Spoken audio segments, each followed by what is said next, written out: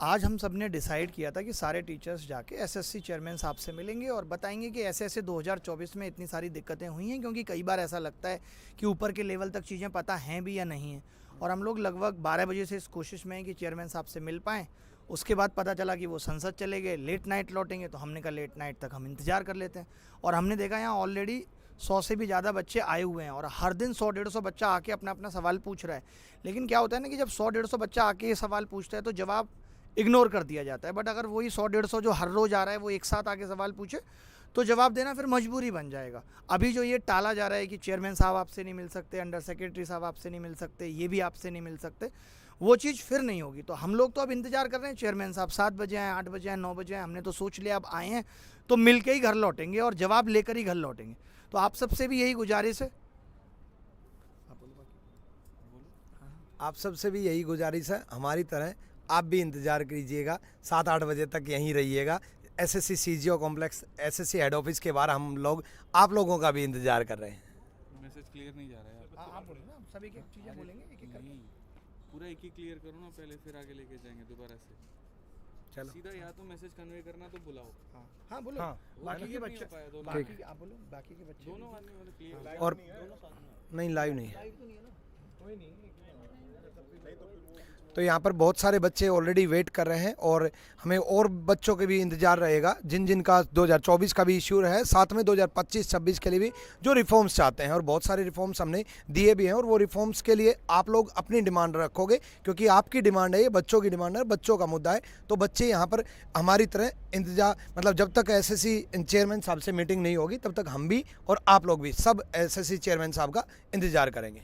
और बात ये ना कि हम लोग तो आपको रिप्रेजेंट कर रहे हैं, लड़ाई आपकी है, हम आपके सहयोग में हैं, हम आपके लिए खड़े हैं, हम आपके लिए, आप सवाल नहीं पूछ सकते, आप हमारे पीछे खड़े हैं, हम आपके गार्जियन बढ़ के खड़े हैं। कोई मेरा भी भाई है जिसका नहीं हुआ, मैं उसके लिए आया हूँ, कोई इनका जानने वाला है इसके लिए आए, सब एक दूसरे के लिए आए। बट जब ये सारे बच्चे एक साथ मिलके कलेक्टिव होकर आवाज़ उठाएंगे तभी वो आवाज़ दूर तक जाएगी। और हम लोग बहुत शांति से सिर्फ सवाल पूछने आए हैं, हम लिख के लाए हैं सारी चीज़ें कि ये गलतियाँ एसएससी ने 2024 में की, 23 में, आप पिछले 5 साल से हर साल कुछ ना कुछ नया नाटक करके ऐसे बच्चे जो वाकई में डिजर्व करते हैं उनको बाहर कर देते हैं।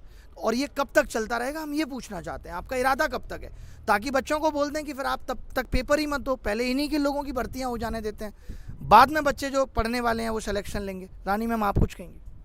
मैं तो बस सर बस चाहती हूँ कि चेयरमैन साहब हमसे एक बार मिल ले, ताकि हम बातों को वेरी पोलाइटली पीसफुली उनके सामने क्लियर कर पाएँ, ठीक है। और यहाँ हम लोग बच्चों को ऐसा नहीं है कि कुछ प्रोवोक करने के लिए आए हैं, बस हम बच्चों को का साथ देने के लिए आए हैं। मेरा यही रिक्वेस्ट है, देखो जनरली स्टूडेंट को ना बड़ा इजी होता है यूट्यूब के नीचे कमेंट कर देना, टीचर साथ नहीं देते, टीचर साथ नहीं देते। अब टीचर्स आप लोगों के साथ हैं।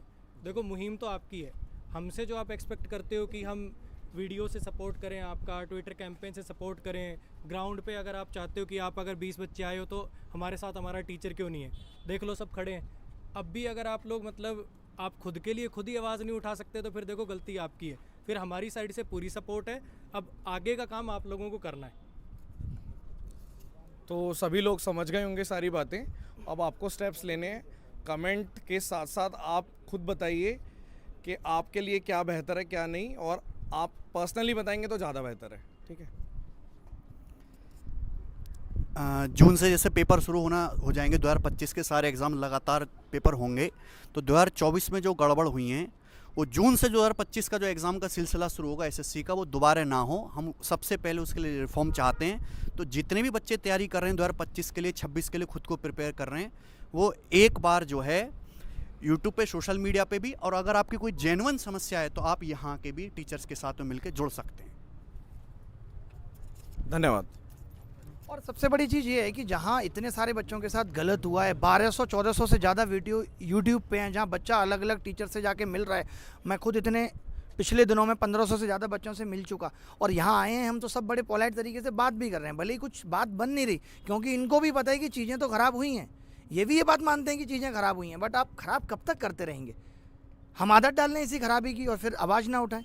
तो आवाज़ जब अब उठ गई है तो अब हम सांस तभी लेंगे जब ये सब चीज़ें ठीक हो जाएंगी। हमें ये लिखित में वेबसाइट पे नोटिस आ जाएगा कि भाई हम 2024 के रिजल्ट को भी एक कमेटी बना के उसका रिव्यू कर रहे हैं कि किस तरीके से उसको ठीक किया जा सकता है। सोचिए ऐसे ऐसे लोग यहाँ खड़े हैं, ये बच्चा खड़ा है, इसके 344 नंबर है, रॉ स्कोर है इसका 344, AIR 96 दिखा रहा था इसकी, कौन सी वेबसाइट पर, रैंक मित्रा पे, और आज इसको कोई जॉब नहीं मिली है, कोई नौकरी नहीं मिली है। यानी 88%, 89, 90% नंबर लाके भी बच्चा सिलेक्शन नहीं ले रहा है। कल को हालत क्या होगी कि 390 नंबर ले आएंगे 10-15 हज़ार बच्चे, और आपके यहाँ वैकेंसी 8,000 होंगी, फिर आप डेट ऑफ बर्थ के हिसाब से लोगों को नौकरियां दे रहे होंगे। तो आप सबका भी अब खून खोलना चाहिए कि अब आवाज़ उठनी चाहिए, बदलाव बहुत ज़रूरी हो गया है।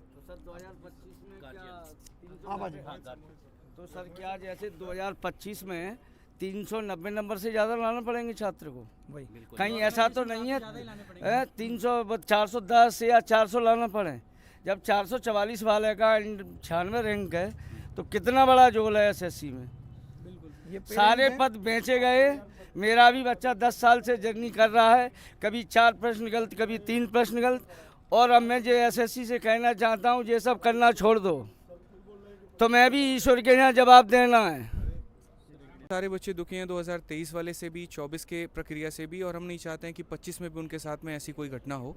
ठीक है, तो मैं चाहता हूं यहाँ पर कि जितने बच्चे हैं जो 2023 में भी पीड़ित रहे हैं, जो 2024 में भी पीड़ित रहे हैं, और जिनका आगे भी पेपर है, वो यहाँ पर साथ में आएँ, हम सबके साथ में रहें, और आज हम चेयरमैन साहब से अपने हक की लड़ाई लड़ करके जाएँ और अपनी सारी बातें जो है उनके समक्ष रखें, ताकि उसके बाद कभी कोई दिक्कत ना आ पाए। मेरा सिंपल सा एक ही बात कहना है, हम सारे के सारे सीजो कॉम्प्लेक्स दिल्ली में अभी मौजूद है, एसएससी हेडक्वार्टर पे, और बड़े आसानी से आप गूगल मैप पे सर्च कर सकते हैं एसएससी सीजो कॉम्प्लेक्स दिल्ली करके, और यहाँ पर हम रहेंगे। ज़रूरत पड़ी तो हम रात में भी रुकेंगे, ज़रूरत पड़ी तो हम कल भी रुकेंगे, ज़रूरत पड़ी तो हम परसों भी रुकेंगे। हम तब तक नहीं जाएंगे मेरे भाई जब तक हमारी आवाज़ ना सुनी जाए, और जब तक उसके ऊपर में रिटर्न में हमारे सामने कुछ ना आ पाए।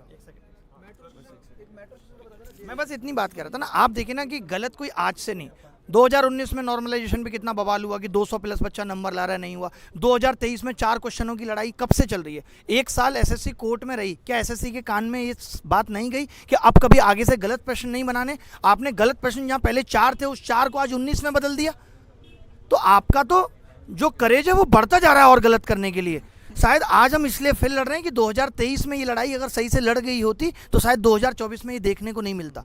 तो आज 2024 में जब हम कस के लड़ेंगे, तब आगे आने वाले साल सही होंगे।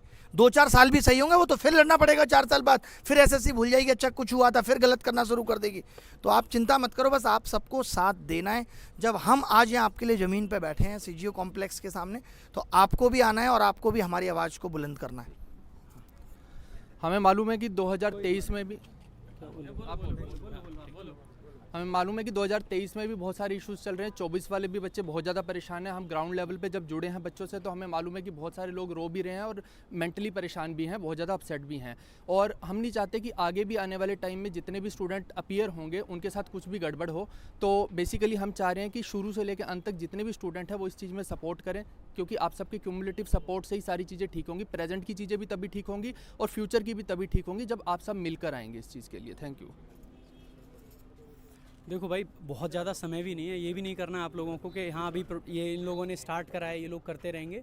तो क्योंकि जो 24 का नोटिफिकेशन 25 का नोटिफिकेशन है वो भी बहुत दूर नहीं है, तो आप लोगों को ज़्यादा टाइम वेस्ट नहीं करना है। जितना हो सकता है हर तरीके से जो जहाँ से सपोर्ट कर सकता है, आप लोगों को इस कैंपेन को आगे बढ़ाना है। और जितना ज़्यादा आप लोग सपोर्ट करेंगे, ये आपके हक की बात है, चाहे बात वो 24 की हो, चाहे बात 25 की हो, चाहे इवन 23 की भी बात है।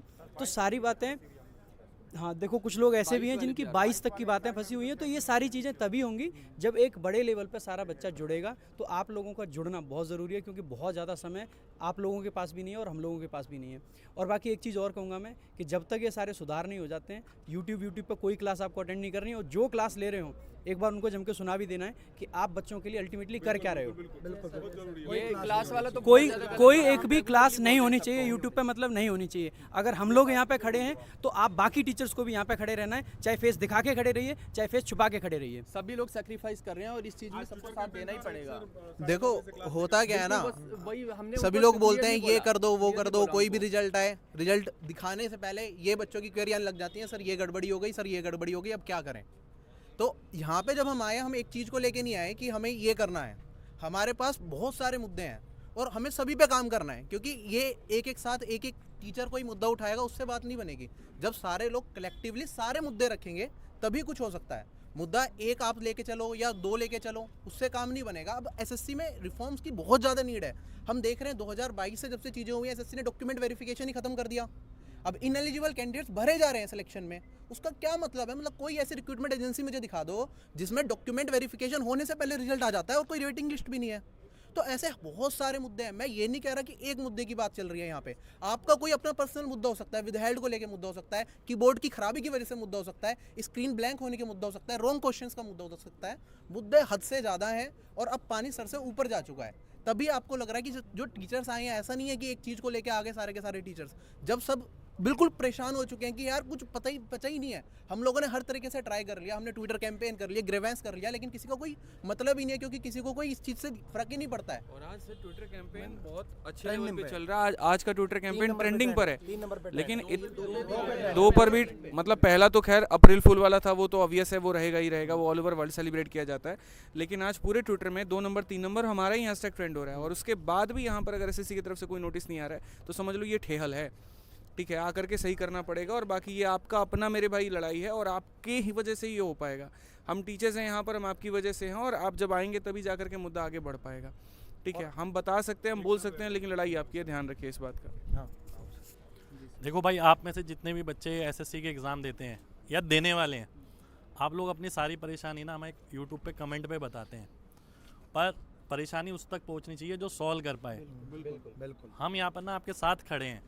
आपकी परेशानी का इलाज ना यहाँ आके हो सकता है, क्योंकि हम नहीं सॉल्व कर सकते आपकी परेशानी, हम आपकी परेशानी में आपके साथ खड़े हो सकते हैं। तो सभी लोगों को साथ आना चाहिए, चाहे आपका पिछला एग्ज़ाम था 23 का या 24 का या 25 का। आने वाले भी बहुत सारे एग्ज़ाम आप में से जो 24 वाले हैं या 23 वाले हैं वो देने ही वाले हैं। तो रिफॉर्म अगर होगा ना वो सभी के लिए होगा, ऐसा नहीं है कि फ्रेशर बच्चे के लिए रिफॉर्म होगा। ठीक है, जो अच्छी चीज़ आएगी वो सबके लिए आएगी। तो मेरा मानना ये है कि आप सभी लोगों को यहाँ इकट्ठा होना चाहिए, सबके साथ अपने हक की लड़ाई लड़नी चाहिए। ठीक है, एड्रेस सर बता दो। और एड्रेस यहाँ हम सीजीओ कॉम्प्लेक्स में एसएससी के डिपार्टमेंट के आगे खड़े हैं, यहाँ हेड पर ऑफिस हेड ऑफिस के आगे गेट नंबर 2 के आगे। ठीक है, तो आप सभी लोग आइए, अपने हक की लड़ाई लड़िए, सभी टीचर आपके साथ हैं। एक मैं लास्ट में कंक्लूड करना चाहूँगा। मैक्सिमम मैं देखता हूँ ना चीज़ें, तो लोगों का ना एक नेगेटिव रवैया होता है, अरे कैंपेन से क्या होगा, इससे क्या होगा, इससे क्या होगा, इससे क्या होगा। अगर सब लोग ऐसे ही बैठ के सोचते रहेंगे ना तो सच में कुछ नहीं होगा। अगर और कुछ नहीं होगा तो यार कम से कम मन में एक तसल्ली तो रहेगी कि हाँ, हम सब ने मिलकर ट्राई करी, स्टूडेंट्स ने ट्राई करी, टीचर्स ने ट्राई करी, तो एक अच्छी कोशिश देना तो हमारा फ़र्ज़ है ना। तो सर जो नए बच्चे हैं वो ये सोचते हैं कि हमारा इससे कोई मतलब ही नहीं है, जबकि सबसे ज़्यादा मतलब आपका है सर। ठीक है, आप इस बात को समझो। नए वाले, आज मैं क्लास में जब अनाउंस कर रहा था ऑफलाइन क्लास में, तो बच्चों को ऐसा लग रहा था होगा कोई मुद्दा, होगी कोई बात, हमें इससे क्या लेना देना है। और ये समझने की ज़रूरत है कि भाई आपका ही लेना देना है, तो समझिए और जल्दी पहुँचिए यहाँ पे। ठीक है, हर 4-5 साल में ऐसे आवाज़ उठानी पड़ती है। 2013 में आवाज़ उठी, फिर 2017 का प्रोटेस्ट हुआ, 13 का प्रोटेस्ट 4 साल बाद, 17 का प्रोटेस्ट, अब 8 साल बाद फिर से मतलब 25 में आवाज़ उठानी पड़ रही है हमें। आवाज़ उठानी तो 13-17 का प्रोटेस्ट हो चुका और उसके बाद भी सुधार नहीं हुआ। ये बात 17 का प्रोटेस्ट ही था जिसके कारण अब टाइम पे सब कुछ हो रहा है। ये बात बहुत क्लियर समझ लो, बहुत क्लियर समझ लो कि ये मुद्दा ना 25 का है, ना 26 का है, ना 27 का है। ये एसएससी के हर एक एग्ज़ाम का मुद्दा है, हर एक साल का मुद्दा है, और ये हर एक बच्चे का, हर एक टीचर का, जो भी लोग एसएससी से जुड़े हुए हैं उस हर किसी का मुद्दा है। तो आप लोगों को अपने हक की आवाज़ उठानी चाहिए, और सभी लोग एकदम ज़बरदस्त तरीके से आवाज़ उठाओ। ट्विटर के थ्रू यहाँ आके जैसे उठा सकते हैं आपको आवाज़ उठानी चाहिए, और शांति से।